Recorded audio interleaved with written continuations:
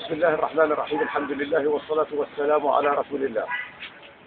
أما بعد، فإنني ومن هذا الموقع أشكر الأخ جهاد أحمد أبو محمد المدير العام لمنتديات عبدس على شبكة العنكبوتية في الإنترنت على جهوده الرائعة والراقية في تطوير هذا المنتدى والارتقاء به وإيصال هذه المعلومات القيمة والرائعة عن قريتنا وأهالينا اللاجئين إلى شتى بقاع العالم.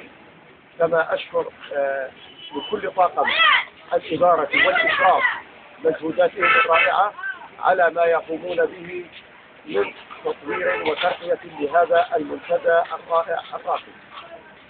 وأيضا لا أنسى أن أتقدم بالشكر للإداريين والمشرفين وجميع الأعضاء والزوار الذين قاموا بتهنئتي بمناسبة حفل زفافي الثاني على زوجتي الثانية.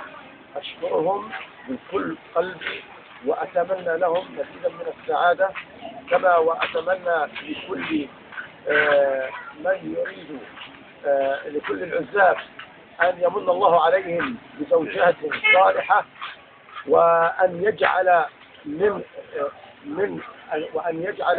بين هذه الذراري من يكون ذخرا للإسلام والمسلمين ويساهم يوما ما في السير في ركب جيوش الإسلام المعظم بتحرير فلسطين وبيت المقدس، وحتى يطبق حق العودة والسيادة، حق العودة والسيادة، وليس حق العودة فقط أو التعويض، لا، إنما أنا أقول حق العودة والسيادة على كامل التراب الوطني ومنها قريتنا عبدس الحكيمة، حتى نشطب كفار كبيرة ونشطب نقبة ونعيد اسم قرية عبدس العربية الإسلامية بجهودكم وجهود أبنائكم وأحفادكم إن شاء الله.